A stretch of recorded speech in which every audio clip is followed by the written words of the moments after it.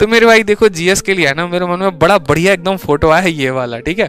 GS की बात करोगे ना तो पहले पहले क्या होता था कि बड़ा जो पूछा जाता ना सवाल एकदम सिलेबस से पूछा जाता था, टू द पॉइंट, अगर हम बिल्कुल बात कर सके तो टू द पॉइंट होता था। पॉलिटी के 2 क्वेश्चन, हिस्ट्री के 2 क्वेश्चन, बायोलॉजी के 2 क्वेश्चन, ठीक है। और बड़े आसानी से 5 से 8 मिनट के अंदर पेपर को आपने रफा दफा कर दिया, बड़े आसानी से, प्यार से एकदम 5 मिनट में पेपर खत्म, 8 मिनट पेपर खत्म। आया तो सही है, नहीं आया तो कोई बात नहीं। तो एवरेज यहाँ पर कम से कम एक स्टूडेंट का 20 प्लस आ जाता था। और अगर आप टॉपर्स की भी वीडियो देखते थे तो वो क्या कहते थे, 35 प्लस बबुआ तुम लेकर आ गए ना तो तुमसे बड़ा धुरंधर तो कोई है ही नहीं, ठीक है। क्योंकि अक्सर जीएस के बारे में ऐसा कहा जाता है कि वो किंग मेकर था, वो किंग मेकर है और वो किंग मेकर रहेगा।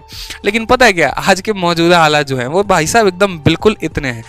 मतलब मैं ज्यादा बयान करना ही नहीं चाहता, मैं ऐसे लिखकर बयान नहीं करना चाहता। अब का हालात ऐसा है ना कि जैसे आपने मूवी देखी है गजनी में आमिर खान की, एग्जैक्टली हवाल ऐसा है। ये कहाँ से सवाल पूछ दिया, ससुरा समझे में नहीं आता है, ठीक है। कितना भी पढ़ लो, पूरा का पूरा यहाँ पॉलिटी के लिए बच्चा लक्ष्मीकांत तक खत्म करके बैठा, हिस्ट्री के लिए एक स्पेक्ट्रम खत्म करके बैठ गया, एसएससी छोड़ो यूपीएससी का सिलेबस रट के बैठा हुआ है, और फिर भी पेपर देने जा रहा है तो सोच रहा है यार ये क्वेश्चन कहाँ से पूछ दिया। पर्सनली मैं ऐसे कई सारे बच्चों को जानता हूँ, ठीक है, जो यूपीएससी की तैयारी करते हैं और एसएससी का जीएस का जो क्वेश्चन पूछा जा रहा है ना उनके पल्ले नहीं पड़ रहा। यहाँ तक सिर्फ ये एसएससी में खेल नहीं चल रहा है, टाटा कंसल्टेंसी सर्विस जहां जहां पर पेपर करवा रही है, जैसे एनटीपीसी का आप फेज 2 देख लीजिए, वहां पर भी क्वेश्चन ऐसा पूछा गया ना, पल्ले ही नहीं पड़ रहा मेरे भाई। पढ़कर कितना भी जाओ कुछ भी पता नहीं आ रहा है। तो इसमें मेरा आपको जो सजेशन रहेगा ना वो बस मेरे भाई सॉल्यूशन बस इतना ही रहेगा। देखो 2 बातों पे फोकस करना। पहला बात, सॉल्यूशन इसका क्या है, तो तुक्के नहीं मारने। पता चला जीएस का सवाल देख के एकदम ऐसा आ गया, तुक्का वाला टाइम आ गया भैया, एकदम जय माता दी करेंगे, नहीं करना। मैं फिर से कह रहा हूं, तुक्के नहीं मारने, ठीक है। एक हमारे भाई साहब हैं, बता दे रहा हूं मैं आपको, 21 अटेम्प्ट करके आए हैं जीएस में और उनका मात्र 3 सवाल सही है। अब सोचिए 18 सवाल गलत हैं, ठीक है।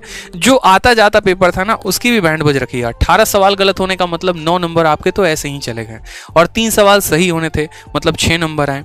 तो सोचिए जो मार्क्स आपके प्लस में आने थे ना उसके चलते आपके मार्क्स नेगेटिव में आ गए। तो इससे बढ़िया तो कुछ अटेम्प्ट ही नहीं करते, कम से कम मार्क्स तो नेगेटिव में नहीं जाते ना।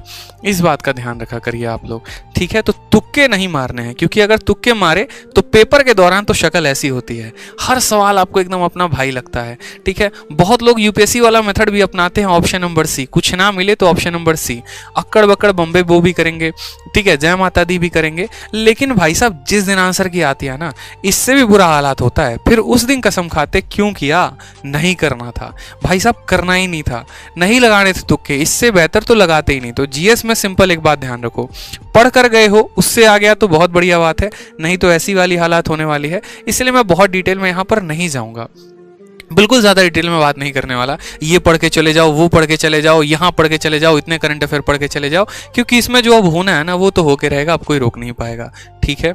बस इतना ध्यान रखना, तुक्के नहीं मारने। दोबारा से सुन लो, तुक्के नहीं मारने, मैं बार बार बता रहा हूँ।